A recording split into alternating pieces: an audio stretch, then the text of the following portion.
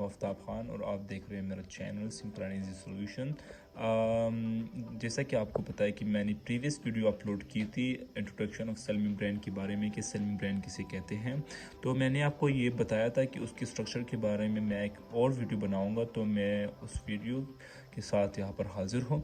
तो आज हम पढ़ेंगे कि स्ट्रक्चर सेल मेम्ब्रेन का स्ट्रक्चर कैसे होता है। अगर आपने वो वीडियो नहीं देखी तो आप मेरे चैनल पर जाकर वो देख सकते हैं।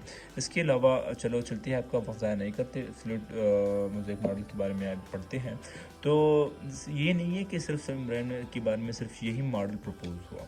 सेल मेम्ब्रेन के बारे में बहुत सारे मॉडल्स प्रपोज हुए, 4 से 5 मॉडल मेरे ख्याल से प्रपोज हुए हैं, लेकिन फ्लूइड मोज़ेक मॉडल जो है ये सबसे माना गया, जो सबसे ज़्यादा माना गया है, जिसको प्रूफ किया गया है, जिसको बड़े बड़े लोगों ने इसको माना है कि बिल्कुल यही सही है और यही वाज़ी हुआ है, ये सबसे ये वही मॉडल है। तो अभी हम इसके बारे में कहेंगे, पढ़ेंगे कि ये क्या है फ्लूइड मोज़ेक मॉडल। चलो इसके डिस्कवरी के बारे में पहले पढ़ते हैं। It was proposed by Singer and Nicolson in 1972।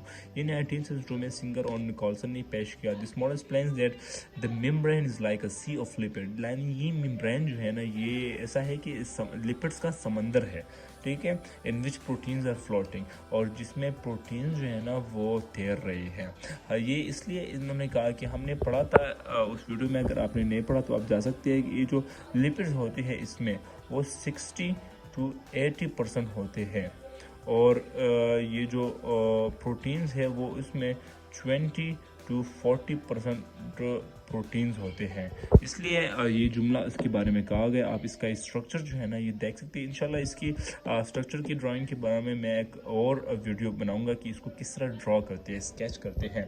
So according to fluid mosaic model, cell membrane consist of a lipid bilayer which is in fluid state like a sea and proteins are arranged mosaic in this lipid bilayer. ये उस जुमले को explain किया गया है कि आप इसको एक्सप्लेनेशन बोर्ड्स की पेपर्स में या वगैरह के पेपर में लिखें तो काफ़ी अच्छा होगा। The lipid bilayer consists of a phospholipid having a hydrophilic head and hydrophilic tail। ये जो लिपिड इसमें होता है, ये जो है ना, ये आप देख रहे हैं, इसका जो हेड है और दो जो पाव है, इसको हम लिपिड्स कहते हैं।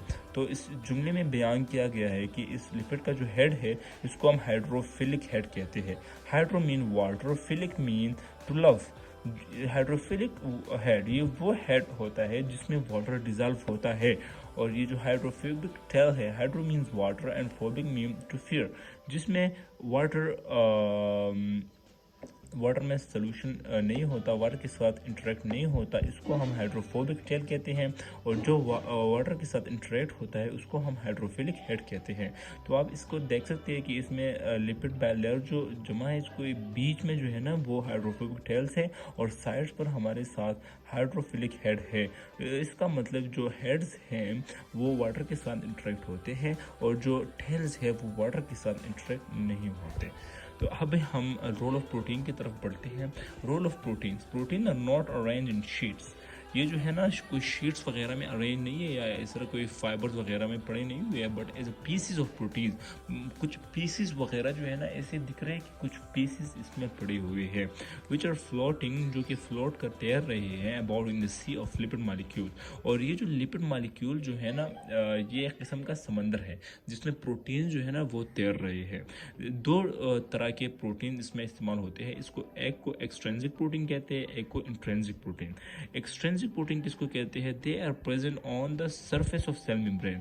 ये सेल मेम्ब्रेन के सरफेस पर प्रेजेंट होते हैं। They mostly work as a cell surface receptor, जो कि हमने फंक्शन में पढ़ा था और इसके फंक्शन को भी हम पढ़ेंगे। एक्सट्रिंसिक प्रोटीन ये वाले प्रोटीन होते हैं। एक्सट्रिंसिक प्रोटीन जो कि क्या होते हैं? They are present only on the surface of cell membrane, सिर्फ और सिर्फ सरफेस पे प्रेजेंट होते हैं। इंट्रिंसिक प्रोटीन कौन से होते हैं? They are present inside the lipid bilayer. It is completely extend from one side to other side of cell membrane, it work as a transporter। तो यहाँ पर बताया गया है कि ये हमारे साथ सेल मेम्ब्रेन की एक साइड से लेकर दूसरी साइड तक ये फैला हुआ होता है। आप यहाँ पर देख सकते हैं इस इंट्रिंसिक प्रोटीन को, ये एक साइड से लेकर दूसरे साइड तक ये सारे लिपिड बाइलेयर में फैला हुआ है। तो ये हमारे साथ एक्सट्रिंसिक प्रोटीन हो गया और इंट्रिंसिक प्रोटीन हो गया।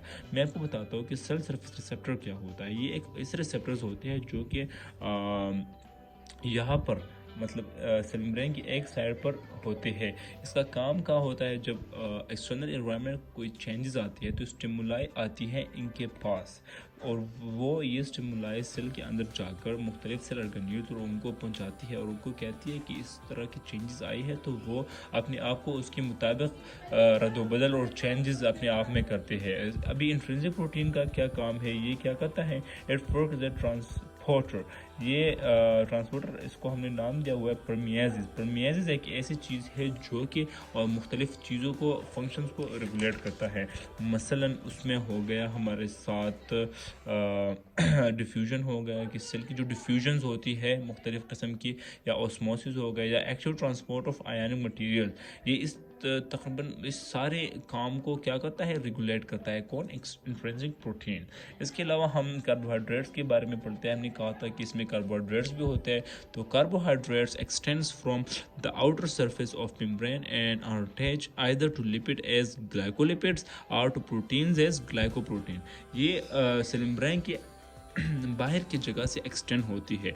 अगर ये लिपिड से एक्सटेंड हो तो उसको हम ग्लाइकोलिपिड्स कहते हैं। Glyco mean glucose, glucose carbohydrates है, और lipids as to or to proteins as glycoproteins. Glyco mean glucose जो कि कार्बोहाइड्रेट्स है, एंड प्रोटीन्स आर प्रोटीन्स।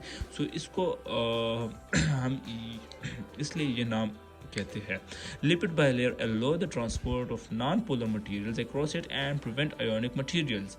ये जो लिपिड बाइलेयर्स है, ये हमारे साथ नॉन पोलर मटेरियल को जो है ना वो जाने देती हैं and prevents ionic material. Non polar हमारे साथ क्या हो गया, मसलन वाटर हो गया। वाटर इस क्यों जाने, क्योंकि दोनों साइड्स पर हमारे साथ क्या होते हैं, हाइड्रोफिलिक हेड होते हैं जो को वाटर के साथ लव करते हैं। वाटर हमारे साथ नॉन पोलर है। इसके अलावा while proteins makes the membrane as a selectively permeable, it selects material according to cell need. और जो प्रोटीन्स है ये हमारे साथ उन चीज़ों को जाने देती है सेल के अंदर, जिसको सेल की जो ज़रूरियात होती है उसके मुताबिक चीज़ों को जाने देती है। तो इसी वजह से, इसी फंक्शन की वजह से हमारे पास हम सेल मेम्ब्रेन को सेलेक्टिवली परमेबल मेम्ब्रेन कहते हैं। अब हम पढ़ेंगे कि कंजुगेटेड मॉलिक्यूल का रोल क्या होता है सेल मेम्ब्रेन में। कंजुगेटेड मॉलिक्यूल, जब दो चीज़ें बनते हैं आपस में तो वो हमारे साथ कंजुगेटेड मॉलिक्यूल बनाते हैं। मतलब कार्बोहाइड्रेट्स और लिपिड जब बनते हैं तो ग्लाइकोलिपिड्स होता है, कार्बोहाइड्रेट्स और प्रोटीन जब बनते हैं तो ग्लाइकोप्रोटीन्स होते हैं। तो हम इसके बारे में अभी पढ़ेंगे। This both conjugated molecules present on the surface of cell membrane, they work as cell surface receptor. ये दोनों सेल सरफेस रिसेप्टर के का काम करते हैं। Membrane carbohydrates are also responsible for endocytosis. इसका एक दूसरा जो काम है वो है endocytosis, inside cytosis in the cell. तो ये एक दूसरा फंक्शन है जिसके ये दो और फंक्शन परफॉर्म करते हैं, फेगोसाइटोसिस एंड पिनोसाइटोसिस। अब फेगोसाइटोसिस क्या है, जब ईटिंग ऑफ द सेल होती है, यानी इसमें कोई डाइजेशन वगैरह होती है, तो उसको हम फेगोसाइटोसिस कहते हैं। And pinocytosis mean drinking of the cell. इसमें कुछ चीज़ें अब्जॉर्ब होती है, कोई या इसमें वगैरह कोई जब वाटर अंदर लिए जाता है बाहर, तो सेल क्या करता है, वाटर को अंदर ले जाता है। लेकिन हम जब वाटर को अपने बदन के अंदर ले जाते तो हम उसको कहते हैं ड्रिंकिंग। तो यहाँ पर भी ड्रिंकिंग का लफ्ज़ इसके लिए इस्तेमाल हुआ है। Thus they both as a cell surface marker. तो ये सेल सरफेस की जो हदूद है वो बनाती है और सेल को स्ट्रॉन्ग बनाते हैं। उम्मीद है कि आपको ये वीडियो समझ आ गई हो। अगर आपको कोई भी क्वेश्चन हो तो आप मुझे कमेंट सेक्शन में पूछ सकते हैं। और आज के लिए बस इतना ही। Thank you. अल्लाह हाफिज़।